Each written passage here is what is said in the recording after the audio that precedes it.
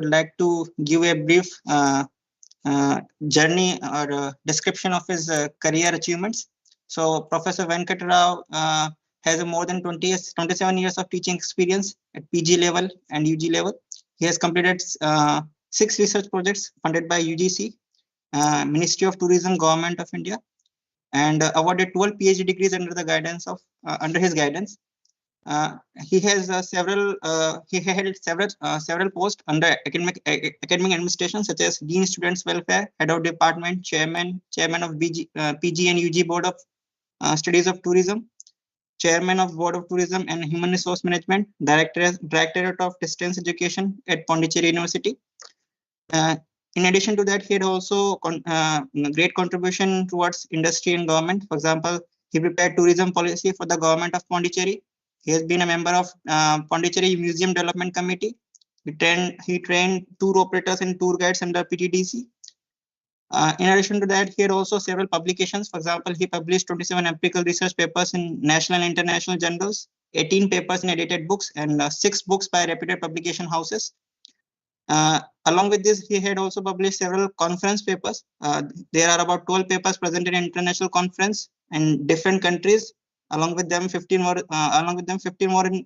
in India, 35 in national conferences, 12 workshops, 23 technical sessions, and 57 invited lectures. He also organized 6 national conferences and 1 international conferences, which was in collaboration with Bournemouth University, UK, and one research collaboration with Hong Kong Polytechnic University and Taipei University. So this was his impressive profile. So with this, I would like to welcome and invite Professor Venkat Rao to deliver his lecture today. Professor, please.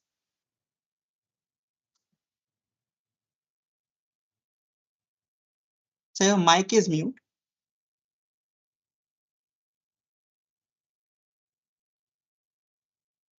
So your mic is on mute. Yeah, right. Yeah. Okay. Kundamji, am I audible to you? Yes, sir. Perfectly audible. Right. So Kundamji, just I'll open my presentation. I have a structured presentation. I'll show you the presentation.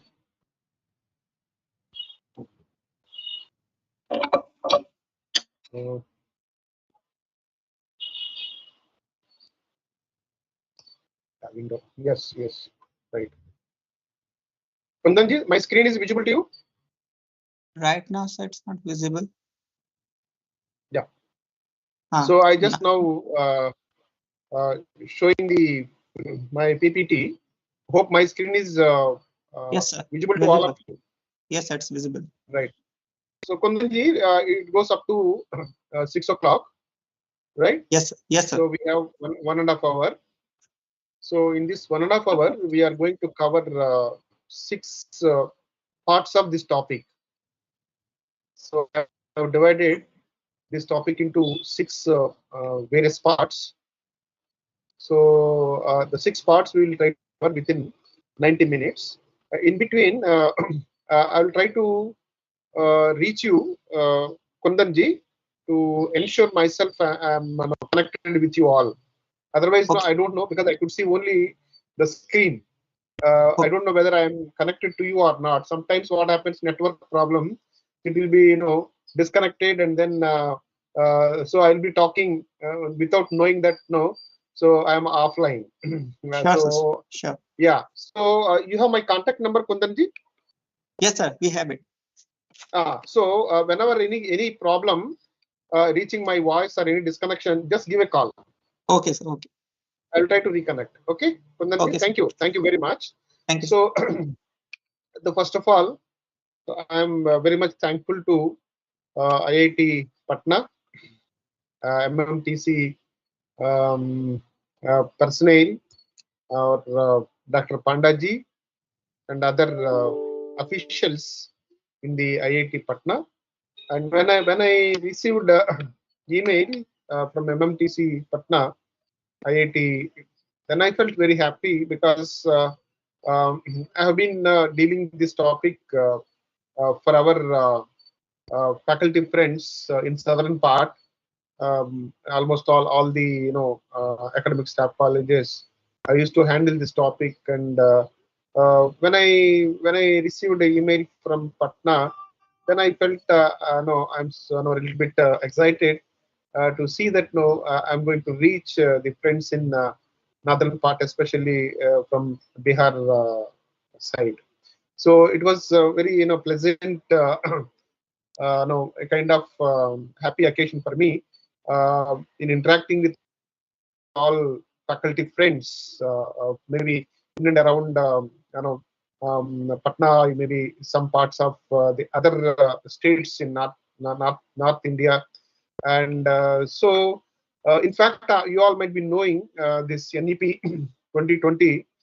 It has uh, several themes. Among all the themes, one theme is skill development. The skill development is,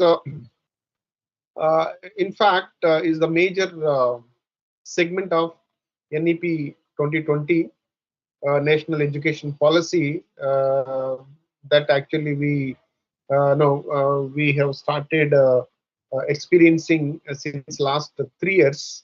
It is a completely new platform, and the entire NEP 2020 focuses on completely learning and skill development in a new platform.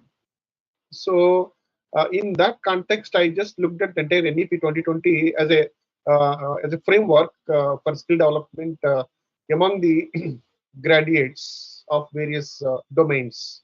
So, in that context, I'm just going to share my thoughts and then my preparation about the skill development, why this skill development is required in India, especially in the present context, how NEP is going to support the skill developmental activities in academic circles. So that is the main, the focus of this particular talk. So when I look at this presentation outline, as I mentioned earlier, I have 6 parts. So the first part is all about introduction, which is all about in general description of our great nation. In the given the particular circumstances, we just try to draw a line why the skills are required in the present context. In the given context, maybe economic related, population related, or even education system related. So why these skills are required among the graduates at this point of time, and I'll try to explain in the first part. The second part is all about the Indian Skills Report 2023. Already there are studies and then reports are available. These reports shows us how the skills are existing among our the graduates, and how many are employable and how many are employable. So this also we'll try to understand in the second part. The third part is all about the skills and employability. What are the issues and then challenges in Indian context, right? So maybe these are the main issues for the NEP 2020. So keeping in mind the country in general, and looking at our skill set which are available in the present context, and issues of the skills and employability when we see in the global arena, where uh, now it is the time for finding employment across the globe, irrespective of any kind of limitations and then borders. So in that context, now how we can take advantage of this particular this scenario where we have economy, the global economy without any boundaries, and skills are going to matter a lot in advancement of any nation's economy. So in that context, we just look at NEP 2020, how the skills are being imparted through this particular the policy, the latest policy, right? The last the segment of this presentation is all about the curriculum and pedagogy imparting skills. So how we look at this NEP 2020, and in what way this curriculum and then pedagogy is different and needs to be reoriented, structured. Rather, you can say that re-engineering is required in terms of the designing the curriculum, or even offering a kind of suitable pedagogy. So how you can see that linking with the skill development and skill imparting among the graduates. So these are the 6 parts, and then the 6 parts we are going to address in these presentations. So Dr. Kundanji, am I with you? Yes, sir. Yeah, right. Thank you.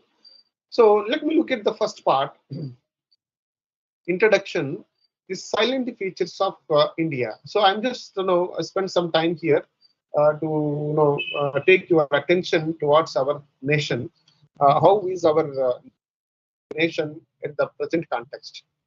When we see our nation from the economic perspective, ours is the fifth largest economy and the fastest growing the major economy in the world. And at the same time, you can see as far as purchasing power parity is concerned, our nation is the third largest one.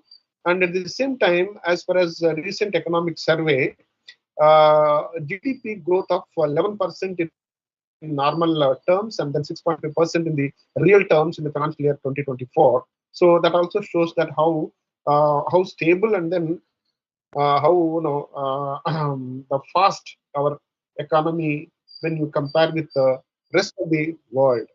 So at the same time, when we see the little bit the future, so by 2027, in another maybe 3 years. So in another 3 years, as per International Monetary Fund and then other World Economic Forum and like these international agencies are predicting the country, our India, is going to emerge the third largest economy, even by overcoming Japan and then Germany. So that kind of potential, and then that kind of the conditions are very much in our system. So when we see the economy in that the fashion, let us look at what is this population is all about in India.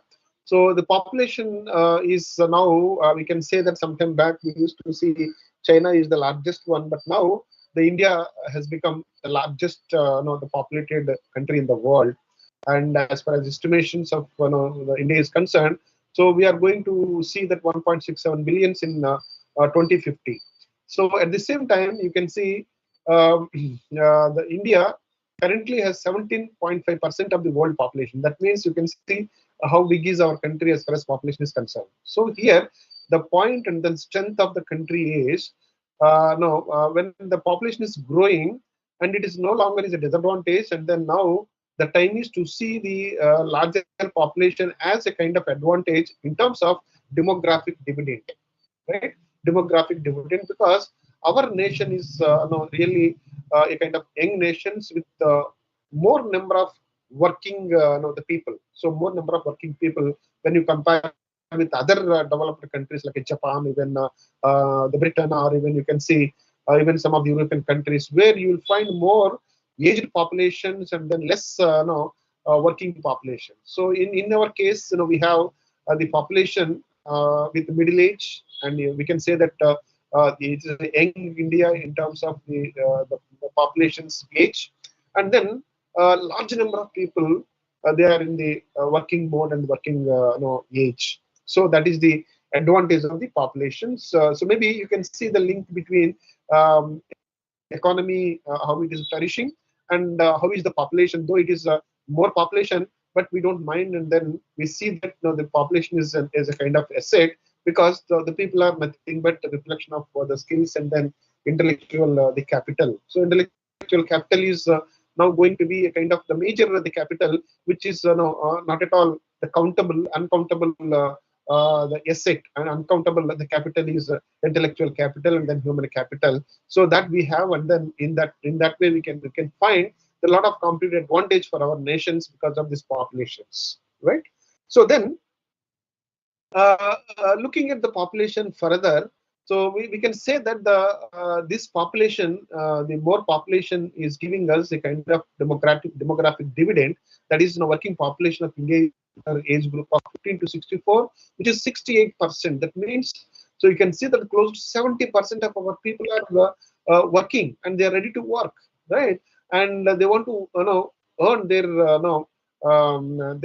livelihood, and they are not at all sitting at home. Ideally, even you can see, if you just go to any kind of the place or any part of the country, and even old people, you can see they are just coming out, and then they will be selling the vegetables, or even sitting in the small shops from morning to evening, irrespective of their age. Because working is a kind of part of our culture also, my dear faculty friends. And even for Indian culture, no, in our culture, there is no retirement for work, right?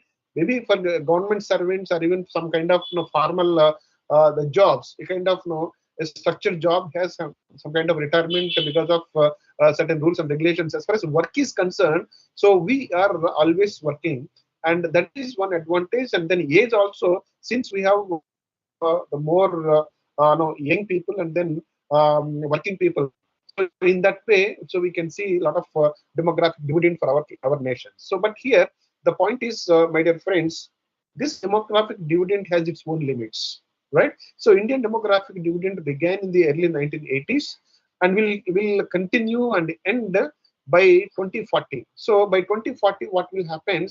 Our aged people will increase, and because you can see advancement of healthcare, and then healthy lifestyle. So this actually gives a kind of situation where we have more aged people and less working people in the future. So that maybe another 15 to 20 years, we may see that our demographic dividend is going to be less, and it will be reduced. That means working people will be less, non-working people number will increase. So that is the one aspect. So in this context, you can see the United Nations Populations Fund said that the share of the country's elderly populations will double in 20.8% by 2050, from what we have 10.5 in July 2022. So you can see that by 2050, so this aged population is going to be a doubled one. So that is a kind of disadvantage in the future. We may lose the demographic dividend. It is the time to have as much as advantage out of this demographic dividend, right? So this is the one another dimension of the country.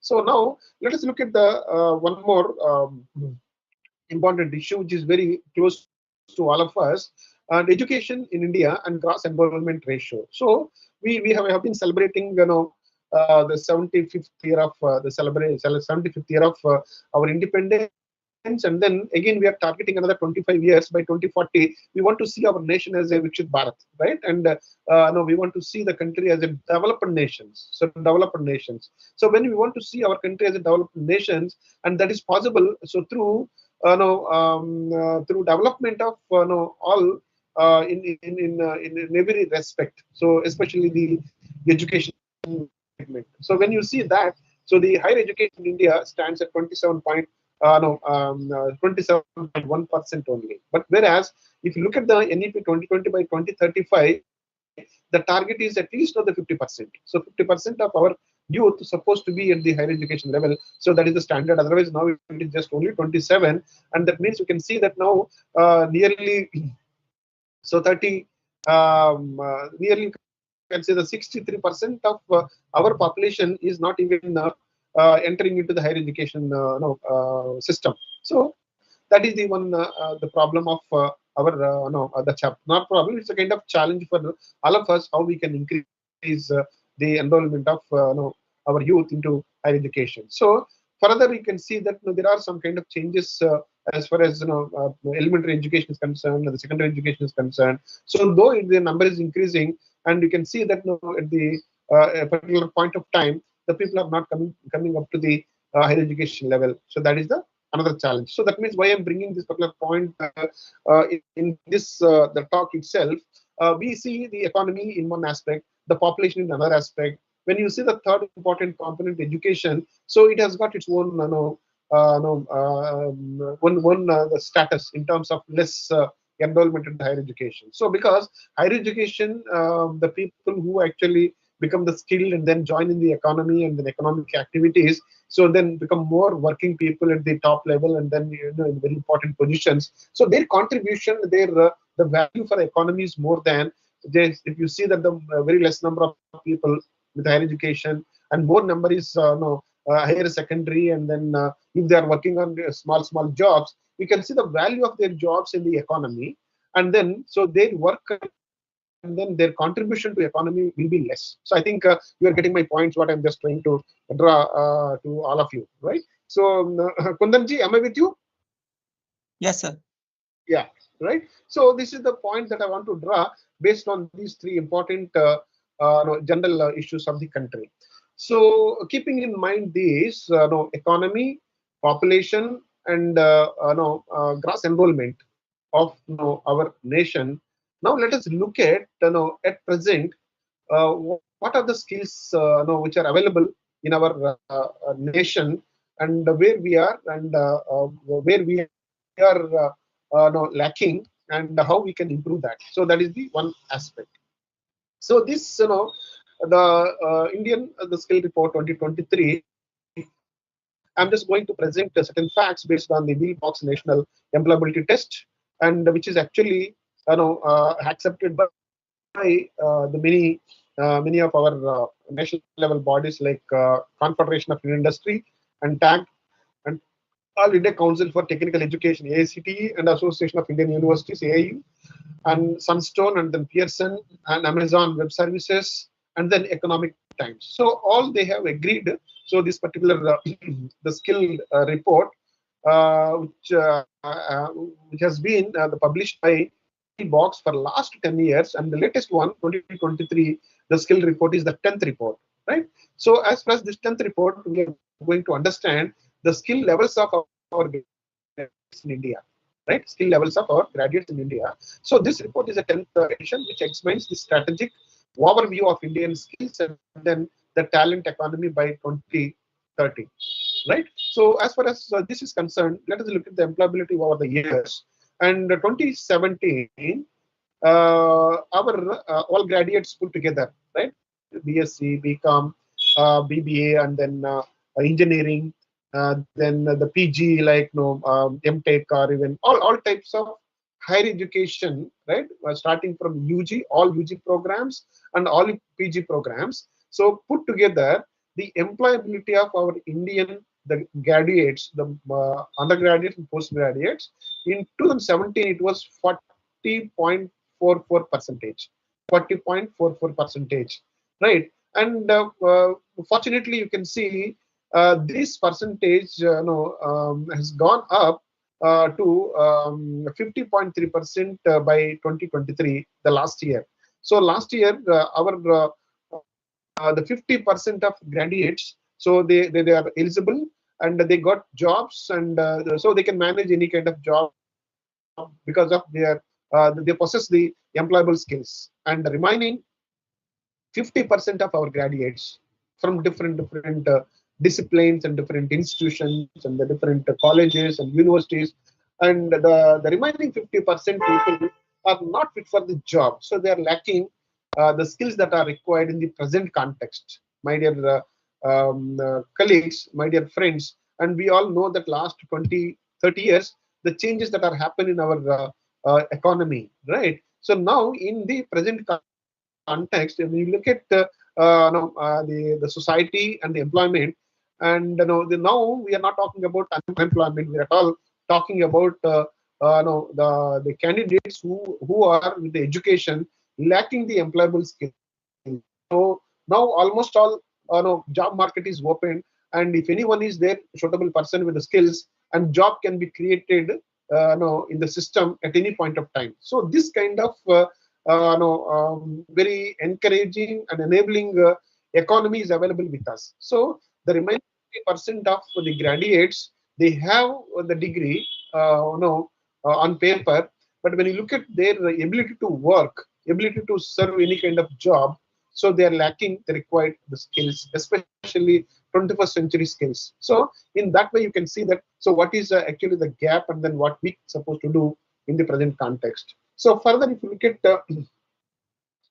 the domain wise, the employable the talent of our Indian the graduates.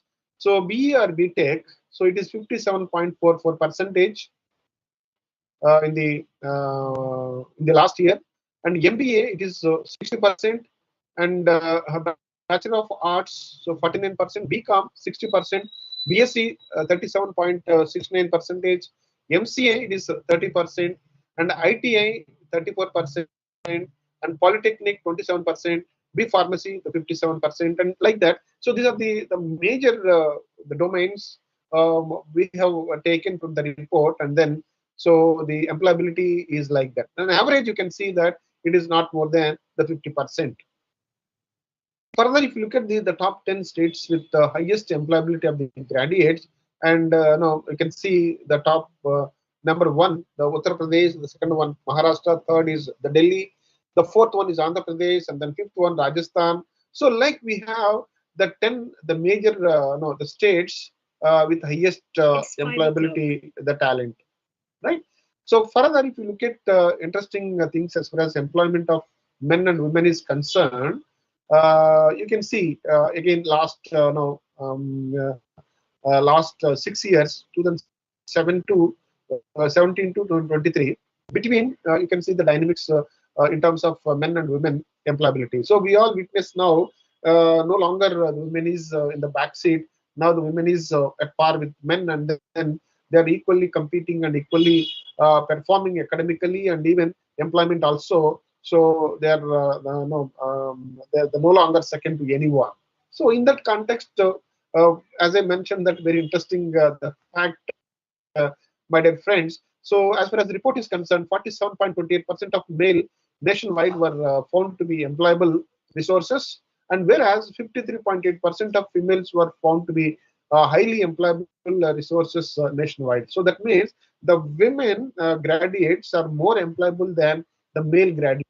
So this is very interesting, and even you can see that when women is taking a lead role in many fields, especially in the education sector, their enrollment is increasing. Their number is increasing in each and every the domain, and at the same time, academically also they are more focused and then more more performing in terms of their academic grades and all.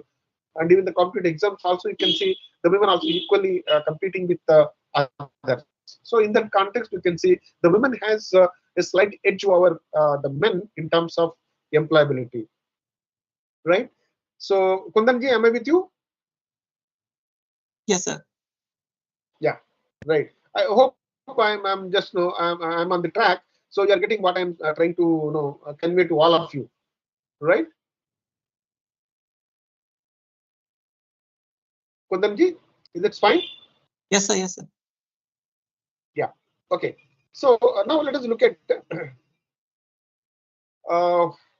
at this backdrop, right? At this backdrop, we just look at we have seen two important segments: India as a whole, and the skill sets among our graduates at this point of time.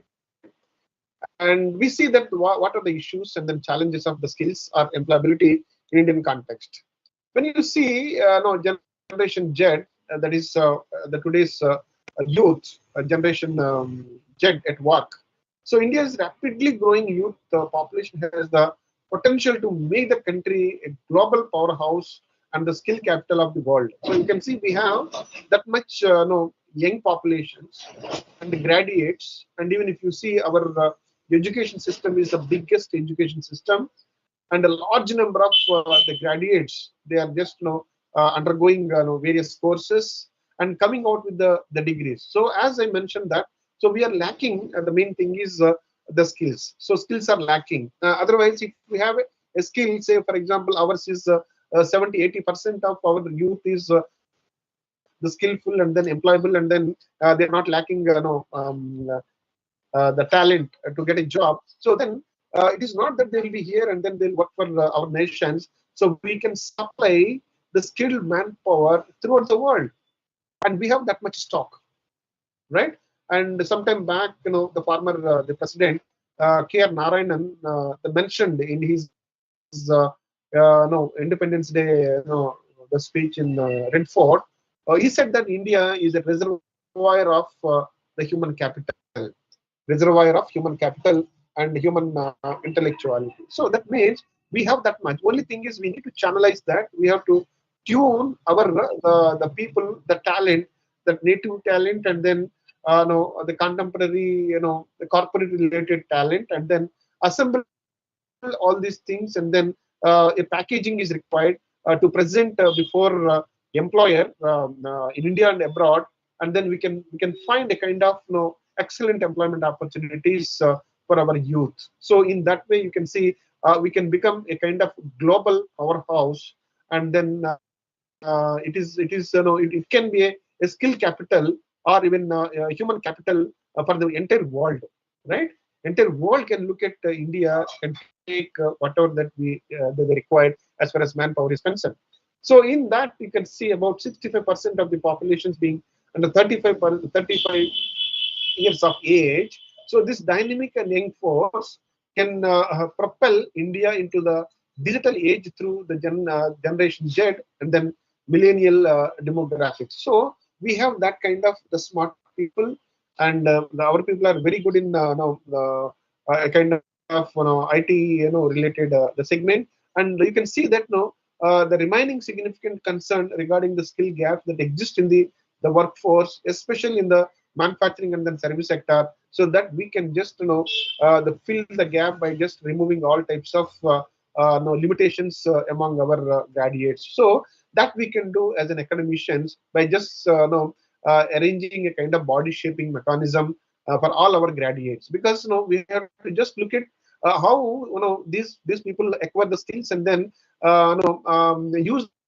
their skills immediately, apply their skills in the economy on various jobs. So that the focus is required. Even that happened in many the parts of the world. Even if you look at the Singapore or in Malaysia, and where the graduates and how they are skillful and then employable immediately, even after completing, and while studying also they have a system of experiencing the workplace. So like that, we need to come out with the different kind of mechanisms so that our the skills, whatever the gaps are there, we can fill that. So at the same time, the unemployment rate in India was 8.11% in April 2023, according to the Center for Monitoring India Economy (CMI). Shows that this is 8.11%, and that we need to look at. So why that the difference? And at the same time, labor force participation was also relatively low at 64.4% in 2021 versus a global average of 63.7% according to the World Bank. So you can see even there is also certain limitations are there. So we need to create this kind of environment where the people, the working people will increase, and further with skills, and maybe if they're not joining, maybe the apprehension is they're lacking the skills. So the skills also needs to be addressed, and then prepared our people to work for the economy.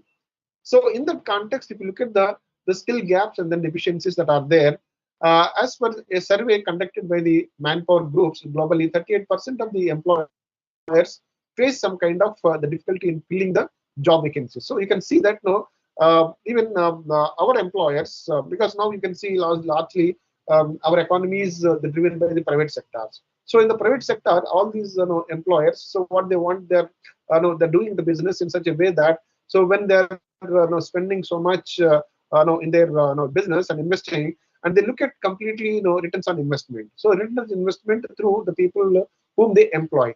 So in that context, they look at so 13% of the employers face some kind of difficulty in filling up their vacancies because they have a jobs, but they're not finding the right people. So while the difficulty is less in South Africa, 31%, and China 24%, and compared to global average, the challenge is higher for the companies in the Brazil and then in India. So you can see in India, so 58%, and the Brazil is 61% because they have the more issues, whereas the China and then South Africa, they have the less, because you can see that the employers, they are finding the employable talents. So in China, 22% of the employers only made some kind of the complaint. So in India, we have 58%. So globally, you can see 38% of employers complain that they are lacking the skill sets, or lacking the people with the required skills. Okay. And in India, it is 58%. That means near close to 60% of our employers, those who are offering the employment, they are unhappy, and they say that no, they're not getting the right candidate for the jobs which they created for their organizations. And at the same time, developed countries like Germany 46%, Japan 83% are also facing the no, the finding the skilled workforce. As I mentioned that even Japan, because aged people, working people are not there. So the employers are finding very difficult in Japan to find working people, right? So further, if you look at the in India, according to ILO, National Council for Skill Development and Entrepreneurship, NCSDE, predicts that 29 billion skill deficits is there by 2030. So you can see 29 million the skilled people are required by 2030. So who are the people with us, the graduates? Only 50% we are able to employ, because they are fit for the job. So remaining, they are jobless. So whereas if you look at the demand side, so the demand is more and the supply is less. So that's why there is a skill set gap that is existing in the country. So this skill gap is already having an impact, with 53% of Indian businesses reported that. So they are unable to hire the suitable candidates due to lack of the future skills. So our graduates are lacking the future skills, and then application ability to work. So application ability is missing among our the graduates. So in that context, we can understand the role of higher education institutions, the technical or non-technical, even general universities, or even no any part of our institutions. So they're supposed to look at these these facts, and then we need to gear up in terms of preparing our graduates by taking the support of NEP, because now NEP is the NEP kind of a catalyst. NEP is going to play a catalyst role to fill this gap, right? And it is a kind of supporting instrument, supporting tool, which is going to help all of us to create the skilled manpower in the classrooms, so that you can see that as a whole, the country is going to have a more number of skilled people, and then the country can become a skill capital, which can supply the skilled manpower throughout the world, right?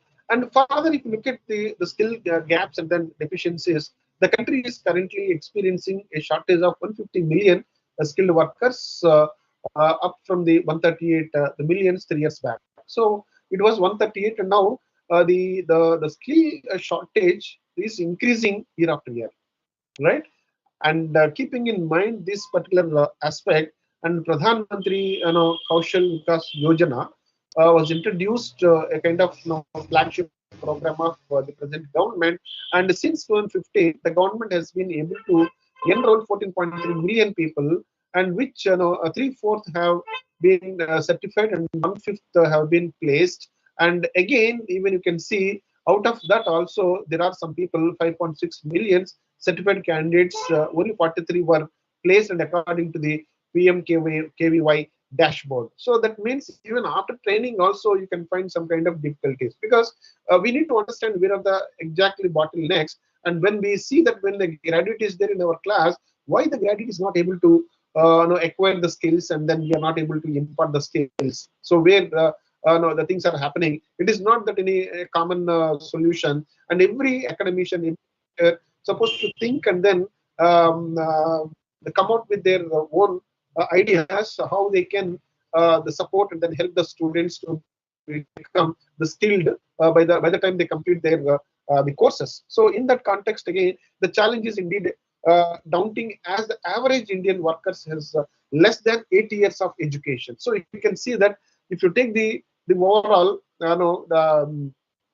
average age of the total the workforce, it is just only 8 years of educations, the much less than 14 years of typical workforce in China. In China, you can see the workers the average education is 14 years education they have, whereas our people in India only 8 years. And the only 5% of Indian workforce has received the formal skill training, as against 80% and 96% in countries like Japan and South Korea. So why South Korea is so aggressive, or even Japan is very talented in terms of producing the quality products? Because there the workers and they are 80 to 96% the workforce are highly skilled, and then they have undergone the training programs. So that is the reason. So in that way you can understand so where we are, and then so where what kind of skill gaps or deficiencies are there with us, and this we can see as a challenge. So now let us look at required core work related skills. So the required core work related skills, here we have three categories and then nine subcategories. So these, irrespective of the course, maybe engineering or even any course, or even non-engineering or sciences or even arts and then humanities, languages even. So any and then when they just come out in search of a job, so these skills are very much required, right? These nine subcategories of skills are required, and it is we can say that these are all now abilities, and then the basic skills, and then the cross functional skills. So if you look at the abilities are cognitive, mental, and then physical. So mentally and physically, how strong are our youth generation Z? So that we need to look at. We have to make our people more stronger physically and then mentally. And unfortunately, if you look at physically, these generations, and because of the digital age and the digital the society and digital gadgets, and their lifestyle got completely changed, and then when they are sleeping, when they wake up, and what they are doing, and then how prioritizing their work. So since you will find this kind of lifestyle, so they are not able to keep their the physical fitness in a proper order.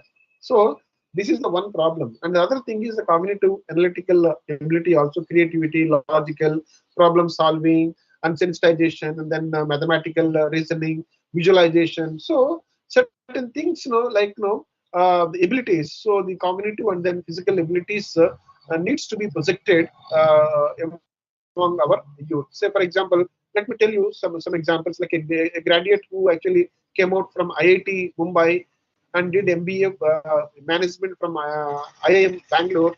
So then joined in a corporate with highest package with very meritorious background. IIT Mumbai, IIM Bangalore, and multinational company, and then very good package. And then at the end, because of work pressure, the candidate is committed suicide, right? So that means, can we all think why this, and why our graduates, even after placing, also not able to withstand to the pressures which are there at workplace, right? Uh, uh, Kundanji, am I with you? Yes, sir. Yeah, right. So you can see, this is one dimensions. So further, if you look at the basic skills, like content skills, and then the process skills. So content skills and process skills, in the sense, and how our the people they are very active learners, and then oral expressions, and then ready reading comprehension, written expressions, and ICT literacy, digital literacy, and then active listening. So you can see the critical thinking. So as far as this is concerned, as far as our young generation's basic exposition is something, you can see more impatient, and very aggressive, and then emotional. So this kind of things, and the lack of the balance is the main issue. So we need to look at these kind of skills, like basic skills, to bring some kind of the emotional balance and emotional stability. And besides that, when you look at the core functional skills, like a system skills, and the complex the problem solving skills, social skills, and the resource management skills, and then technical skills. So these are the other five important the core functional skills, and whatever the subject they are dealing, and then becoming a kind of expert, thereby they will become the professionals in that area. So they're supposed to have a thorough knowledge and then expertise in that particular area, maybe doctor, maybe engineer, maybe a scientist, or maybe any, even the social sciences also, when they are studying history, economics, and then commerce, or anything. So they're supposed to become a kind of the masters in that. If you are taking a degree in the master's course, so then you're supposed to be a master. So if that is not there, then it's not going to help help much. So in that context, you can see how you are going to look at your the graduates in terms of required core work related skills. The tomorrow they are going to work. Even your the student who is doing BSc or who is doing MTech or who is doing MSc. So we need to look at them from the application point of view. It is not just theoretical. It is not just only looking at our graduates in the class from the examination perspective. We have to just see that the skill formation, skill development perspective. So in that context, we need to see these are the main core the skills what is actually required in the present economy, and the employers expecting. Otherwise, you can see that most of the employers they complain and they say that no, they are not getting the right skilled manpower for their organizations, right? So further, if you look at the skills and then higher educational challenges, when we see our higher education challenges, access and equity is the one issue, because we can see our society is spread in such a way that you will find haves and have-nots, and then rich and poor, and rural and then urban, and then you can see even the villages without roads, and you can see the thick urban cities, and then where you will find the city like a Bangalore, or even city like a Pune, or some places. So you can see like in abroad and highly developed the countries, some locations. Whereas still you can see if you just go to northeast, and then you can go to some of the places in Bihar also. So where you will not find proper roads or proper hospitality, facilities. With all these things, you can see a lot of challenges. But now you can see that how academicians in the given our responsibility and then conditions, how we can just make our the people with these limitations. So you can see the quality education is the one issue, because now we are in the global era. Then we need to look at how our graduates are going to compete with the graduates of other nations, right? And then funding is the issue. Then for the faculty shortage, and then outdated curriculum, and then employability of our graduates. So these are the core and then main issues of our our higher education system, and you all know that. But now, knowing all these challenges, knowing all these limitations, so as an academicians, what we can do, how we can just overcome, and in what way this NEP 2020 is going to help us to overcome this, to support our nation, and to see that our nation is at par with any other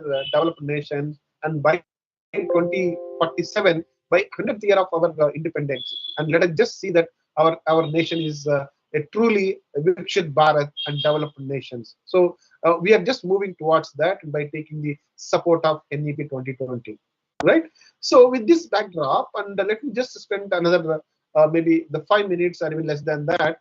So to look at this policy framework for skill development in India. So how actually the skill development is taking place in the past? What are the policy frameworks, and what are the government supporting the system to impart the skills among our graduates, and then among the working labor in different fields and different cadres and different grades or even crafts also. So in that context, we will see this particular the fourth part, right? So Kundanji, am I with you? Yes, sir. Yeah.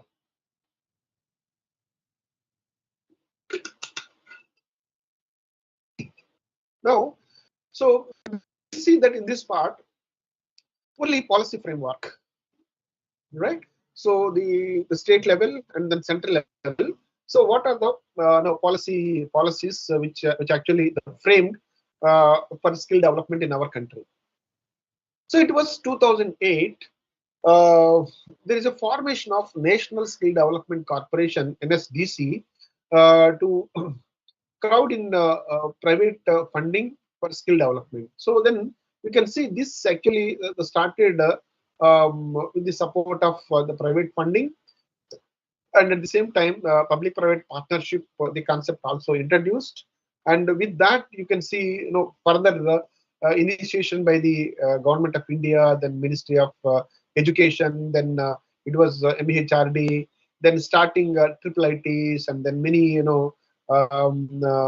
many premier institutions under the PPP mode. We all experienced that. And further, if you can see, in 2009, the first national skill development, the policy notified, and then 14 and 15, the first of the full-fledged Department of Skills, and then the Ministry of Skill Development and Entrepreneurship created for convergence of the skill efforts. So what are the efforts are there before starting from 8 to 9 or last, you can say that 6 to 7 years, all efforts are integrated and created a separate ministry in the year 14 and 15 when the present the government came into the power, especially under the able leadership of Honorable Prime Minister Narendra Modi ji. So the separate ministry was started, and then so this ministry started giving the complete support for the skill development in the country. In 15, a comprehensive national skill development and then entrepreneurship policy released, and then national skill development, the mission with the 7 sub missions launched. So that is the another important dimension. So further, if you look at 2020 national education policy launched for integration of vocational and educational into mainstream of the education. So further, when we see all these efforts towards the skill development, in that mode, so NEP 2020 also came into existence. Further, if you look at the evolution of skill development regulatory framework starting from 1950s, and you can see the launch of the crafts, the training scheme, because of course it's a little bit old, and then just only to give an idea. So as far as the skills are concerned, what are the efforts of our nation to impart or to create a skill sets among the learners or even the educators in the different fields. 1956 NCBT came, and 1961 the separate apprenticeship act came, and then even all IIT, ITI, industrial training institutes, and then aligning with the industry, and then providing some kind of practical training. So all happens because of this 1961 apprenticeship act.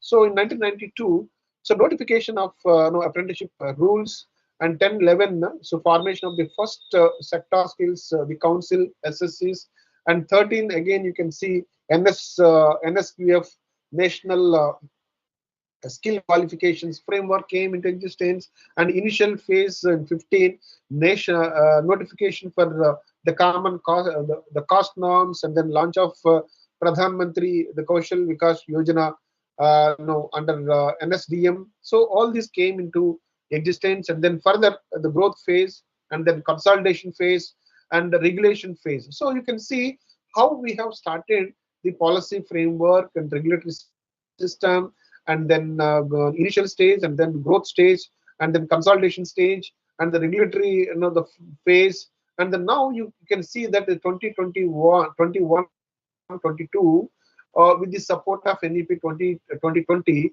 So we need to internationalize our entire education system and put our education system at par with any developed nation in the world, right? So that is going to be the next benchmark in our education system, right? And in that context, the key agencies like DGT, and then NCBT, and SSCs, and then SSDMS, and then SCBT, and RDSDE. All these are the various regulatory agencies which are actually working. And now, way forward to skilling India. So further, you can see the policy reforms. The major reforms that actually happened last couple of years because of the present government. The present government analyzed and interpreted the entire nation's requirement. So keeping in mind economy, keeping in mind populations, keeping in mind educations. So the need of the hour is the bringing some kind of the major policies on the education, and the major the reforms in education is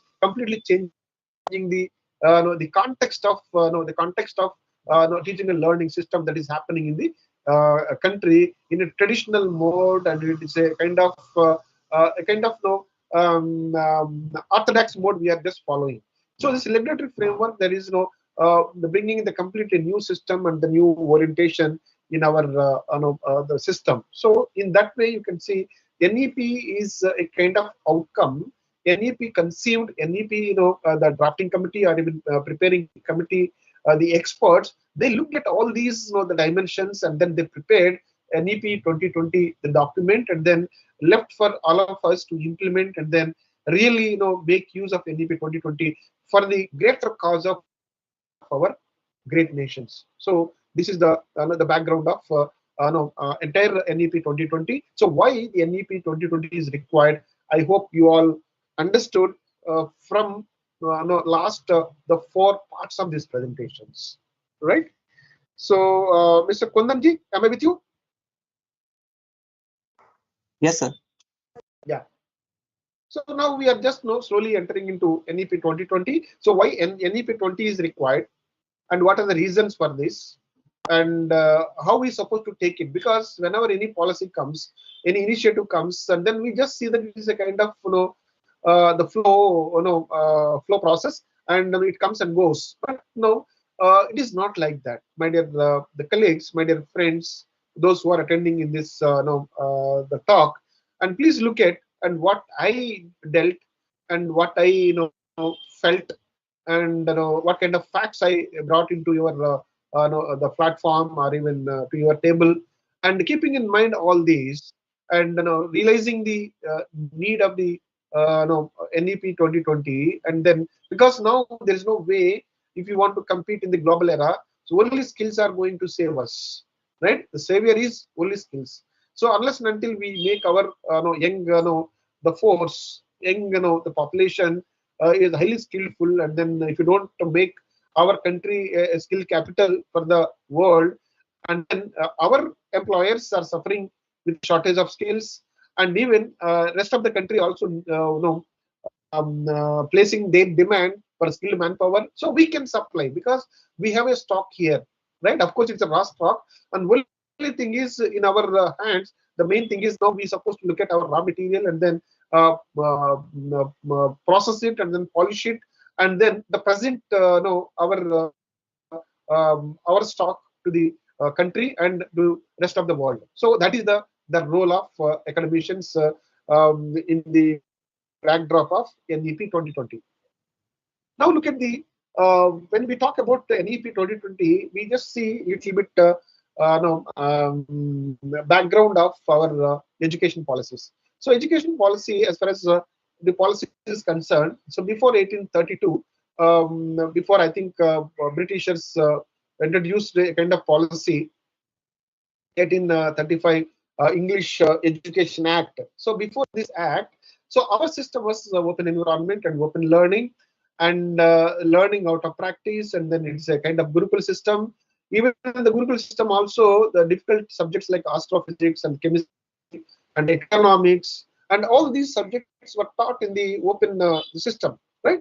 Difficult subjects also, without any laboratories and without any instruments and equipments. So at the time the learning was so strong and so intensive, and those who undergone this Gurukul system, they all became the skilled one. But no, after that, when 1832, the Britishers introduced by hearting system as a part of teaching and learning of English language for their needs. So this was implemented by passing English Education Act 1835.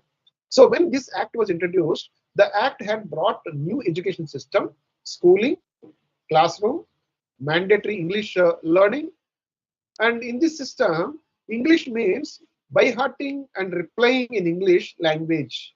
So if anyone is not able to speak English, if anyone is not able to reply in English, and they all considered as unskilled and skillless people.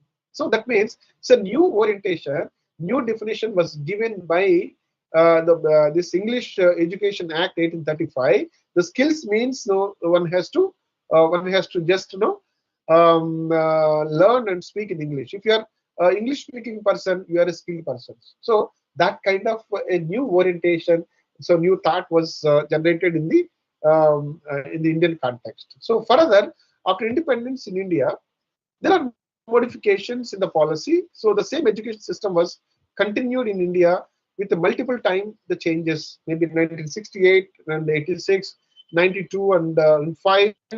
And this system has been driven towards marks and ranks. So because it is academic and by hearting, and then only focusing on the memorizing mechanism in the learning process, and then writing, whatever they memorized, and then awarding marks and then giving grades. So we just, completely as an academicians, we just completely changed the idea of skill. The skill in the sense, skill is completely gone. Only the knowledge is by hearted knowledge. If someone is by heart and writing on paper, and if it is the right answer, then we are giving a full marks, and then giving more marks, and giving higher grades, and then so these people are considered as the skilled one. So this is the way you can see the race for marks and then ranks. The completely they played the major role in the economy. So the end result was 50% of our graduates are unemployed.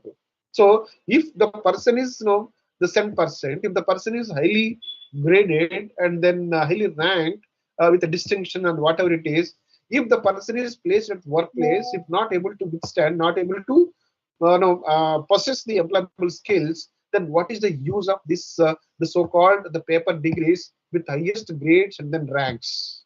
This is the question to all of us. All of us, we need to think. So, do we need this kind of system? Do we need this kind of system? So, in that, so in the given economy, why this is something irrelevant and not finding, the place in the present context, because we are in the global era. So we are competing with the global economy, and our economy is now competing with other nations' economy, and then our population is equally smart, and then they can travel and they can find the place wherever no they want to work. So in this context, we can see that the NEP 2020 is going to create a new context for learning and acquiring skills. So this NEP 20 is going to give a new definition for learning. So this is going to focus on developing critical thinking and problem solving among the learners. So it is mainly, so this is like a reasoning, rationalizing, and then critically focusing and looking at each and every challenge as a kind of opportunity to the face and fight and learn and acquire the knowledge and become strong day by day. So this is what is required for our young generations in the present context. Believe, my dear friends, so NEP is going to give so that type of complete the framework for all of us to train our students to become a skilled manpower.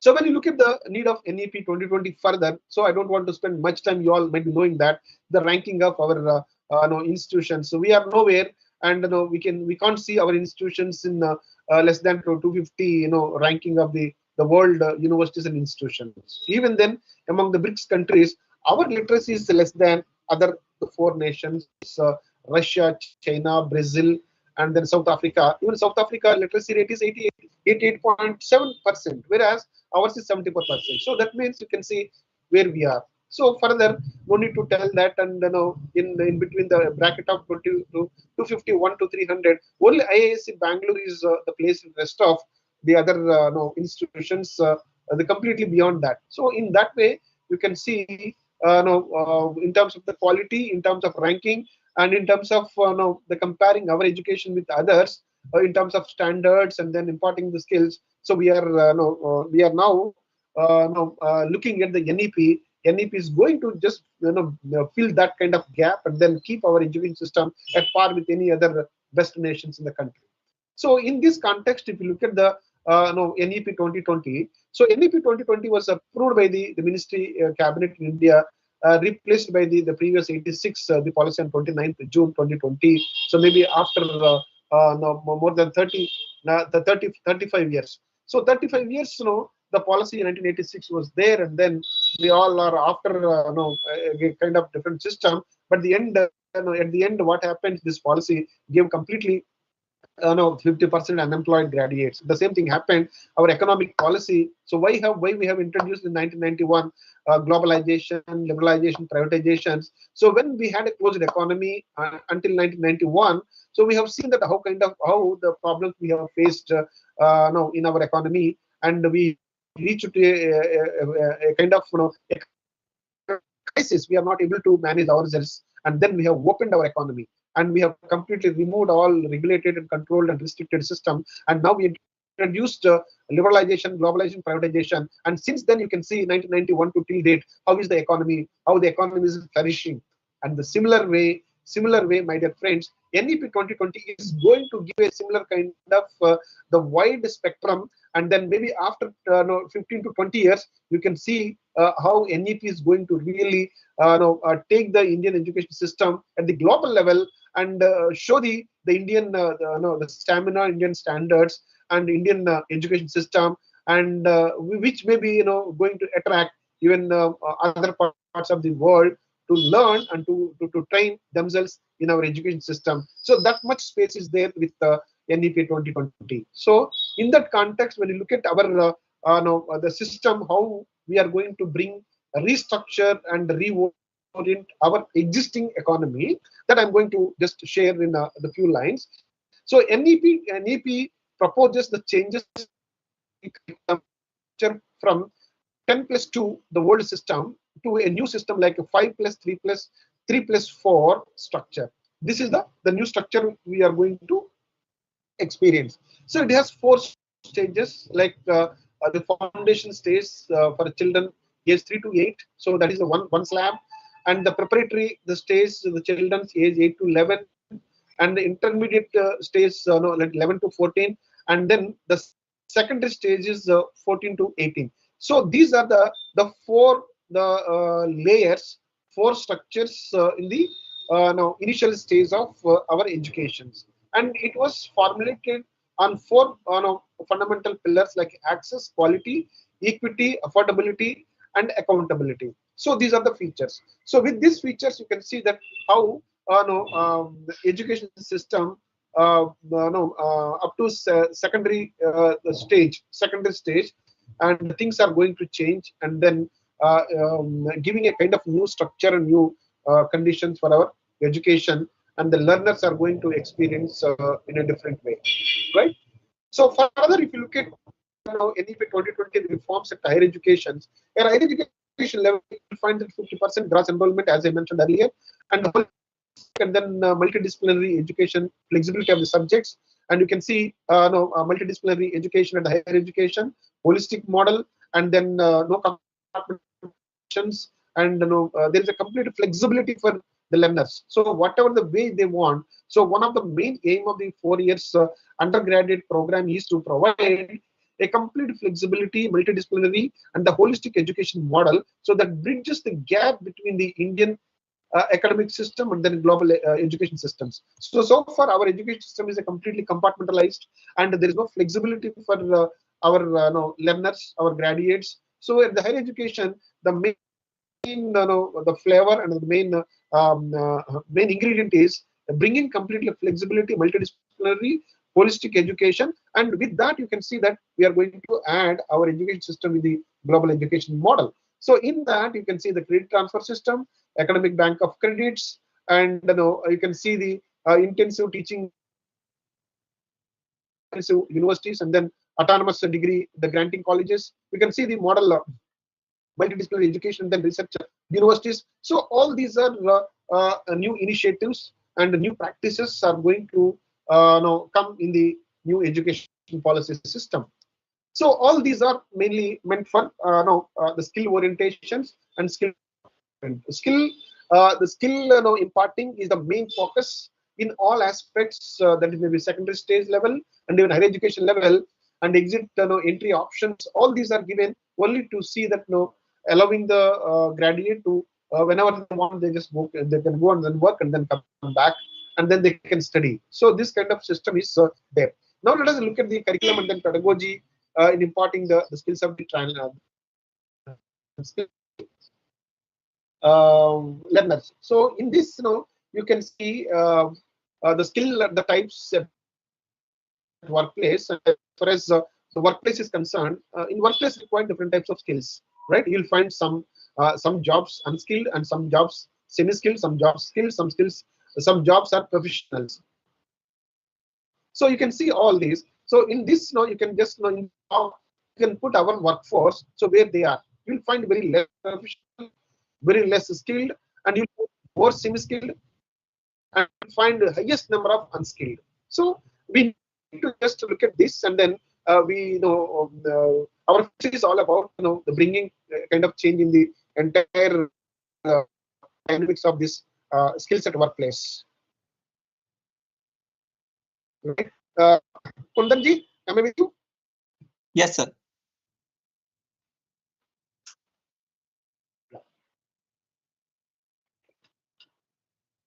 So let us look at the essence of skills in the present context. As I mentioned, why we need to develop the skills among all. Based on all our discussions, skills are considered as the essential pillars of employment and then enhance the economic growth of the nation. So these two are interrelated. Expanding access to the skill-based education and higher education can enhance the competitiveness of the nations in the global world. So when you want to see that the global advantage and global competitions, so we'll be in advantage positions when we have a skills. So otherwise, what happens in the globalization era? Those who are skilled, so they are going to take advantage over the skilled, the society. So a skill is used as a reference to the learning capabilities of an individual to perform a particular behavioral work or a tasks, and then to present the cognitive process efficiently. So because the skill in the sense, the skilled person, the way the person is performing a job is different from unskilled person. So you can see the saving of time and the avoiding the wastage of resources. In many aspects, you can see the skilled the employee is a great advantage for the nations. And at the same time, the skill comprises the ability to enact a specific set of behavior and to possess the specific domain of the knowledge. So this way, we need to just focus. No, we have to identify every individual and their inner interest, and then inner the trade trade interest. Accordingly, we need to promote the people. So India's the demographic dividend signifies an enormous opportunity to enhance the nation's economic growth by effectively investing on skill-based education and then learning. So if you just focus, maybe that is the reason our the present government is giving a lot of thrust on investing on skill-based education and learning system, so that this is going to reflect on the nation's economic development. So further, if you look at NEP, the main objective is we all understood, like it is completely replacing rote learning and then bringing a kind of meaningful learning with the rationality and the reasoning. And at the same time, so this NEP is completely focusing on minimizing the rote learning, and then instead of encouraging the holistic development and 21st century skills such as critical thinking, creativity, scientific temper, communication, collaborations, multilingualism, and problem solving, ethics, society responsibility, and digital literacy. So these are the 21st century skills, and whatever the field, whatever the subjects our graduates are into, so we need to just put them in this basket and then prepare them for the future, right? So in this part, if you see the school education, as I mentioned, that there is a completely the change in the curriculum. So the way they are working is a completely different. The curriculum content and then school curriculum will be aimed at the holistic development of the learners, and it's focusing on learning and then understanding the environment. Students will have to increase the flexibility and then choice of subjects, and both curriculum and then extracurriculum activities be treated for the same level. So now extracurricular activities are equally important. It is not curriculum only, co-curriculum also is equally important. And at the same time, a new and comprehensive national curriculum framework for school education (NCFSC) will be developed by the NCERT. So that is going to give a complete framework for the school education, right? And the holistic progress card. Now you can see the school education is like that. Excuse me, the sir. skill reflecting, the card will be there. Yes, yes, please. Am I with you? In previous slide, you have shown that formula 10 plus 2 versus 5 plus 3 plus 3 plus 4. Yeah. Now, earlier, after completion of 10th, were used to select a branch. I mean, faculty, either they want to go for arts I'll check it. or I'll science. check it. Yes, sir. Yes, sir. I'll check it. I'll check it. Thank you for your observations. Yeah. Sir, please, So, my question is, yes, please. So my question is, earlier student was deciding in 10th standard whether he want to continue in art, commerce or science. But now in this new format, he has to decide it in 8th standard only, or how it will go? It is like a multidisciplinary. It is not taking the line of the science or commerce or even arts or something like that. It's a multi like, because we have to see that how because if you see that European countries, what they do, they go for a kind of testing after maybe 8th standard or 9th standard. They'll go for a testing. In the testing, and they just study the mind of the student, understand their interest and ability to execute a particular line of subject, right? So maybe I think still there are some kind of gaps at that level, the school level, and how the selection that happens. So that is based on purely studying and understanding the mind of the student. Otherwise, what happens? Mostly we are forcing, and mostly we are implementing a kind of the model, adopting by looking at the trend only. So it's not trend based. It is like intensity and interest based. The choice supposed to happen, and that I actually, even at this stage, I'm not that much clear about that point, right? We wait and see for a few more because our regulatory system is there, right? And NCFC will come out with some kind of the system, and NCFC may give some kind of direction in that regarding. So that is what I just feel, sir. Yeah. Because if in 8 to 12 he is not, I mean, you after 12 he has to go to some professional education. So there should be some screening at 12th, then only it will be possible. Yeah. The screening maybe, see, that depends on their the credits. Depends on their interest subjects they have chosen. The subjects based on the interest, the majority of the subjects and which line, and if they want to go to engineering line, or if they want to go to something in a medical line, so based on the subjects which they studied from 8th to the 12th standard, in between the 4 years, the last 4 years, what are the subjects they have taken out of interest, out of choice, because there also they have a complete flexibility. They have flexibility, right? It is not like giving a kind of the standard and structured syllabus and asking them to study everybody. So the children, they have the complete choice to choose the subjects of their choice. Maybe that is the criteria, but even that much clear. This is my idea, but I'm not clear. So what kind of practice going to happen, because that is not yet started. So just we 3 years old. Yeah, 3 years old. Now we have to wait and see on what is going to happen by the time when we reach. Right, sir? Sir, we are having Polytechnic College also, and it was 10th was their entry year. After 10th, Polytechnic was starting. Now, if this NEP is suggesting that student will be there in one group up to 12th, then what will the fate of Polytechnic colleges, sir? And because all these are going to be restructured. Completely restructuring. The college will be there, and degrees might be different. The programs might be different. And we may need to change the name of the colleges also, if it is required. So this ultimate focus is what is the need for the society, and what kind of skills that we are preparing based on the interest of the learners. I think that is going to be the focus. Then, sir, Polytechnic is already skill development. There we were making all the floor shop people. Of course, few of them were going higher studies also. And if it has been suddenly have some different fate, so I mean, how the faculty members, because this won't be problem in government colleges, they will be accommodated somewhere. But for private polytechnics and others, this will be big issue, no, sir? Yeah, that is issue. I agree with you. But let us see that how the system is going to respond to that, because we have regulatory bodies like education departments are there in every state, right? Education department is there, the state level, and then even central level.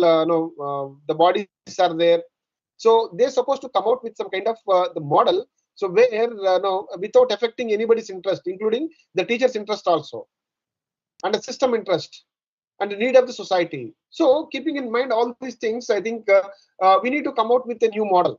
That is what I feel. But ultimately, the skill imparting is the main thing. But which level? Let's see. Even for example, sir, engineering graduates, and they're ready to work in any kind of jobs, right? And even sometimes they're not getting the jobs also. So like that, you can see the many dynamics and the differences in the system. Right. So let me just come to the undergraduations. The UG level also we have certain issues like flexibility is going to be the mainstream. Multi-entry and exit points. Job-oriented training will be there as a part of their course, and then teacher development continuously that happens. And then we need to now look at how teachers also needs to be trained time to time on various the practical aspects of the society. Say, for example, in the polytechnic teachers, and they can just go a kind of couple of months training with industry, then come back and they can teach the subject with the practical orientations. So that kind of the system also needs to be introduced in the NEP 2020. So the skills is not only for students, and even when you are trying to impart the skills for the students and what kind of skills that we have as a teacher, that is also matters. That is also needs to be taken into considerations, right? So in that way, so teacher development is equally important, and enhanced ways like leveraging technology to enhance the teachers and the learning experience is more important by using all types of digital technologies like e-learning platforms and LMS platforms. So just bring all these open education resources and then adopt an LMS platforms and see that we are going to offer hybrid mode or online mode, offline mode. So even all types of options are being opened for the learners in the new systems. So that is just I want to inform to all of you.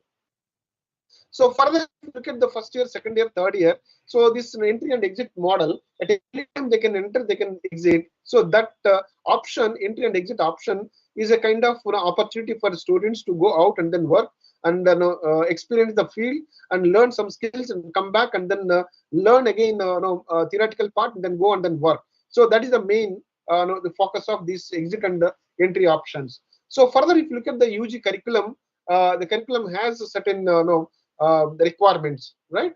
So these are all recognized and identified, and then for fostering the unique capabilities of each student. So we have to ensure that what are the inner capabilities, and those inner capabilities we need to develop, right? So the main features of the new curriculum is like flexibility, opportunity for learners, and facilitating the multi-entry and multi-exit system.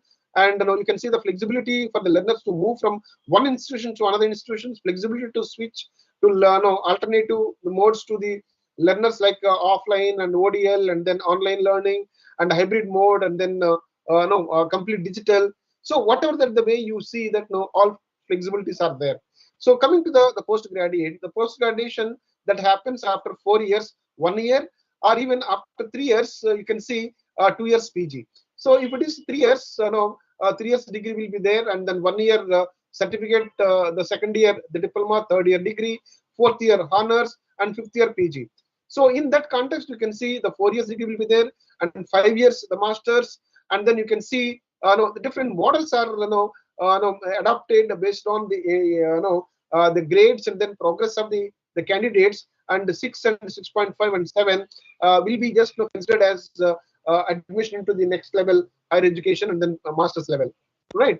So the main features of the master's program is, again, you can see the similar complete flexibility for the learners. So further, if you look at the 2 years, the 2 years is 1 year is research, another one 1 year is research related, another one is third and fourth semester the focusing on application orientations. So that is the 2 years. The 1 year is again only the coursework and the research, and then coursework and then research.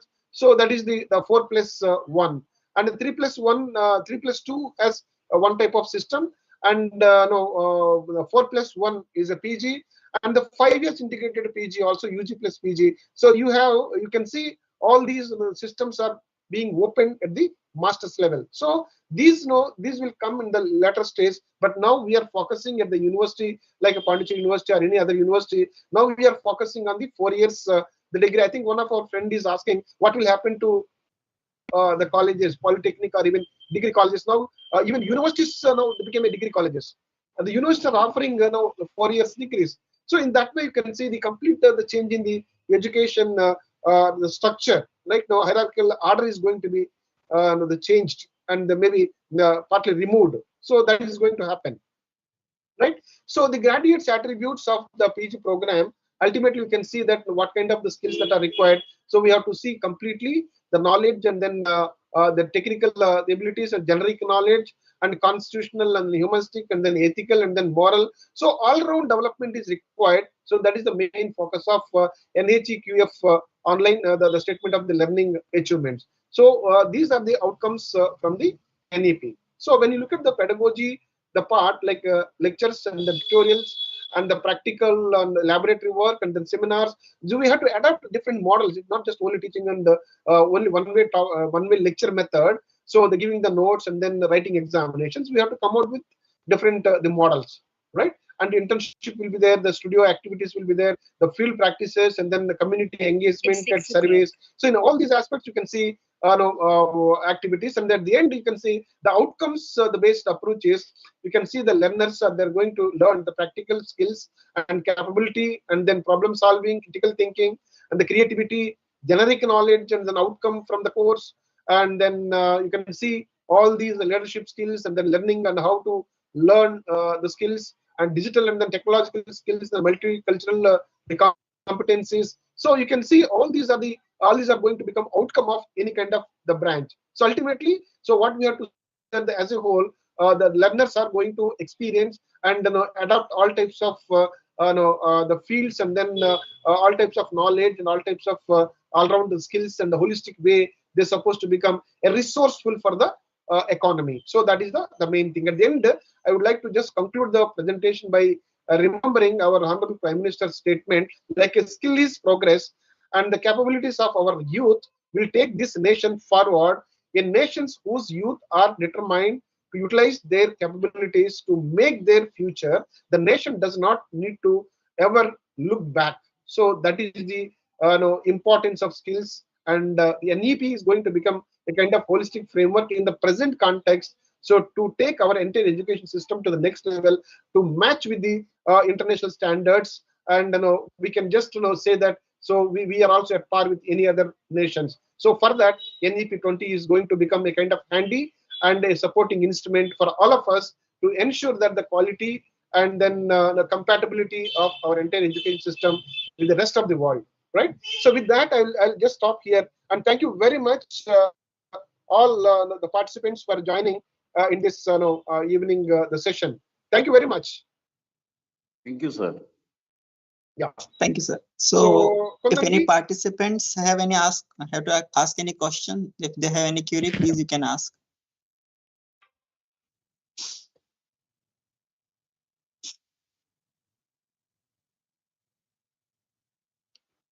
Any participants, if they have to ask any question, please you can ask. If you have any questions, I can address in a couple of minutes.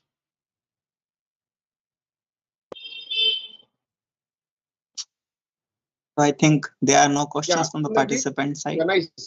Yeah, thank you very much, because thank you, sir. It's like 1.5 hours. Actually, this presentation is for more than 2 hours. I have to press in between.